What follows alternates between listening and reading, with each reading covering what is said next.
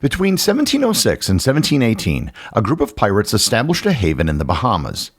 Using a system of rules that they developed themselves, the pirates created their own forms of self-governance to maintain an order within a society that was otherwise lawless. This grew into a community of thousands of pirates before the British put an end to it. Learn more about the Republic of Pirates and how it functioned on this episode of Everything Everywhere Daily.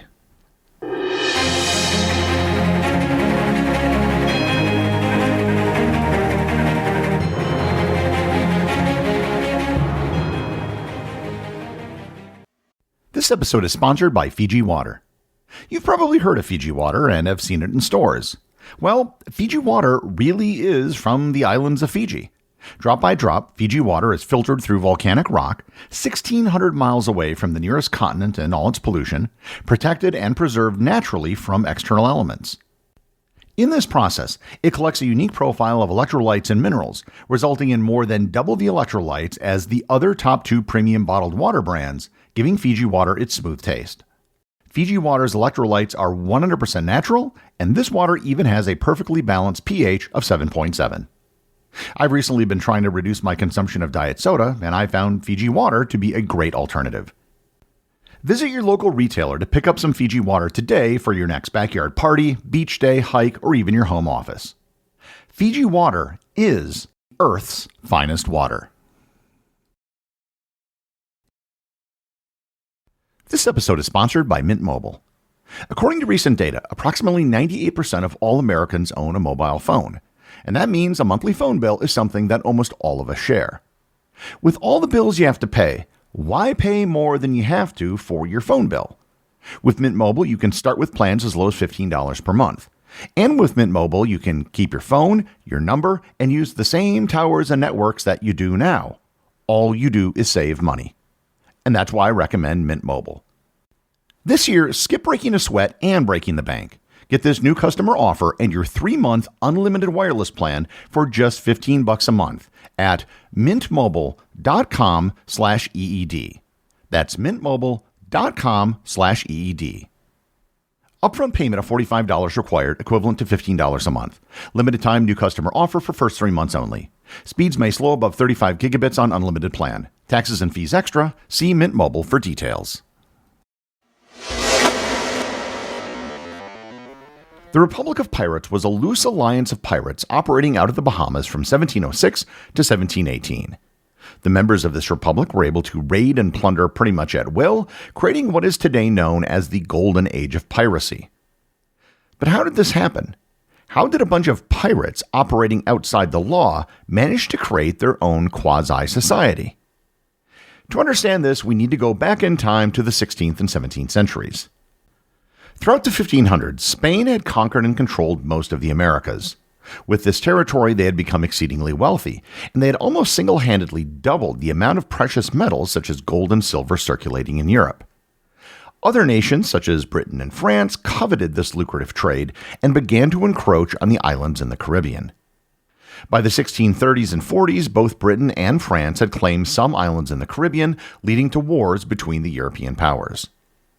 During this time, these countries would hire privateers, who are persons or vessels granted permission by a government to raid enemy ships during wartime.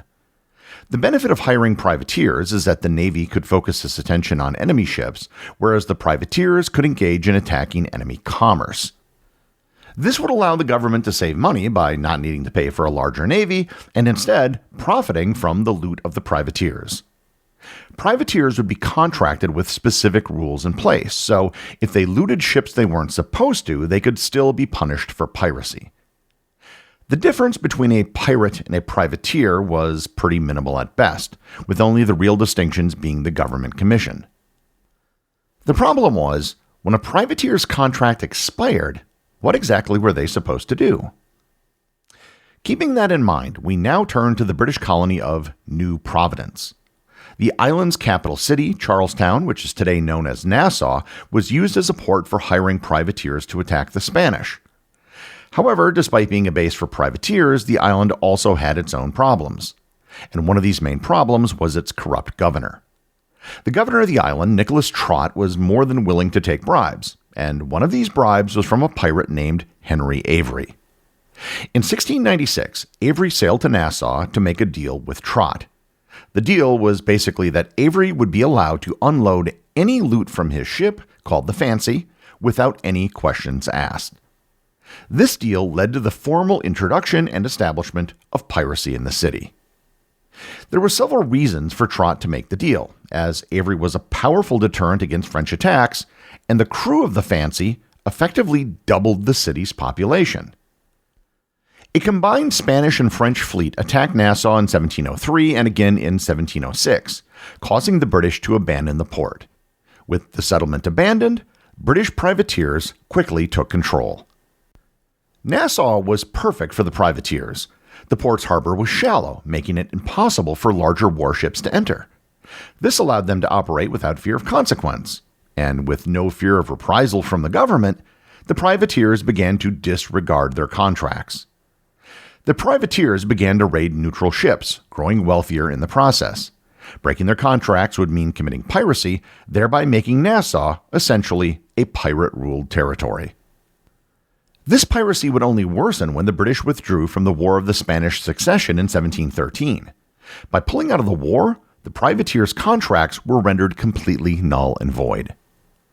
The nullified contracts left hundreds of seamen out of work, and with no contract, these former privateers often reverted to piracy. One of the key pirates of the period was Benjamin Hornigold. After the War of Spanish Succession, Hornigold turned to piracy, raiding Spanish plantations and capturing both English and Spanish ships. He then took those ships and sailed into Nassau's harbor. When arriving in the harbor, he proclaimed that everyone in the city would be under his protection. He and an informal group of other pirates known as the Flying Gang established Nassau as their pirate haven and elected Hornigold as its co-governor. And this was the creation of what became known as the Pirate Republic. Hornigold, for his part, continued to be loyal to the British and would try to avoid attacking British vessels, which eventually led to his crew to mutiny against him. As pirates are notorious for their lawlessness, you might wonder how the society was able to function given the absence of a formal government. The pirates operated under a code known as the Pirate Code, which helped maintain order in a lawless society. And this was crucial as many of the people who joined the island were looking out for themselves and their own wealth. The majority of the Pirate Code was unique to the ship on which a pirate joined. The captain would create policies on matters such as fighting, drunkenness, and other issues. These punishments typically involved getting whipped, marooned, beaten, or executed. The goals of the code were to maintain loyalty and to keep order amongst the ship's crew. On the island, the Pirate Republic had its own specific rules.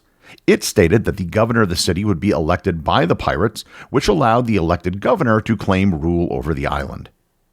This greater code also promised that the pirates would govern their ships democratically. The implication of this was that ships needed to share their loot amongst the entire crew and that captains would be elected by popular vote. One of the other key members of the Pirate Republic was Henry Jennings, the co-founder of the Flying Gang. Jennings' claim to fame was his raid on a Spanish fort that held treasure recovered from a treasure fleet that had wrecked off the coast of Florida in a hurricane.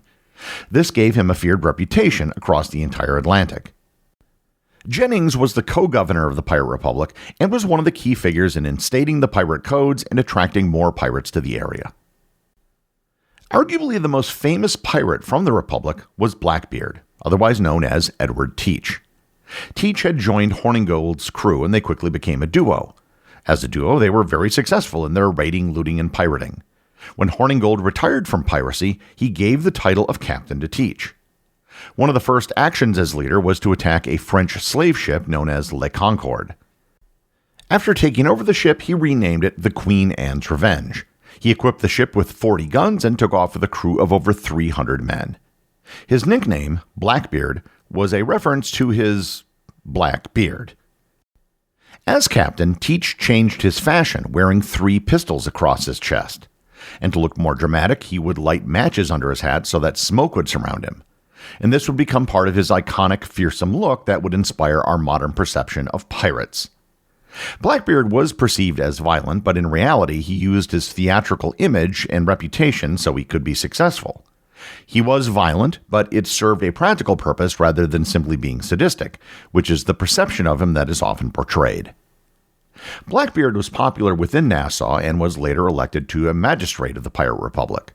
With this position, he was entrusted to enforce law and order throughout pirate society. There were hundreds of other notorious pirates residing in Nassau, and this was becoming a major issue for the British. The governor of the Bahamas had sent letters back to Britain expressing concern about his colony being outnumbered 10-1 by pirates. This problem was ignored until British ships started to be attacked. Once British ships started being attacked, action needed to be taken. Piracy was too important of an issue for the British government to continue to ignore it. Even though they were largely responsible for it with the creation of privateers, it had now gotten out of control. In 1718, the king appointed a new governor of the Bahamas named Woodes Rogers. Rogers was a smart selection by the crown, as he himself was a former privateer, which meant that he had a reputation amongst the pirates and instilled fear in them. Rogers made it his mission to eliminate pirates from the Caribbean and work to restore the trade routes that the pirates were destroying.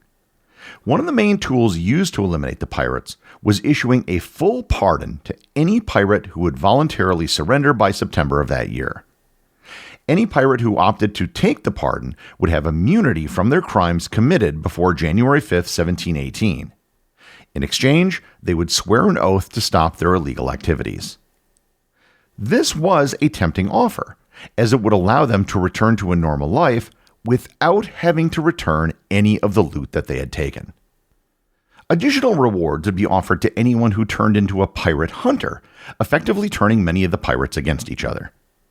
This tactic was successful in splitting up the flying gang, as many of the 400 pirates accepted the pardon. Furthermore, others took up the offer to become pirate hunters and pursued their former comrades who remained in the pirate life. Two of the most notable pirates to accept the pardon were Hornigold and Jennings. Hornigold took the offer and invested his loot in legal investments. He then became a pirate hunter and actively sought out his former comrades. Hornigold was incredibly effective as a pirate hunter and became a trusted ally to Woodes Rogers.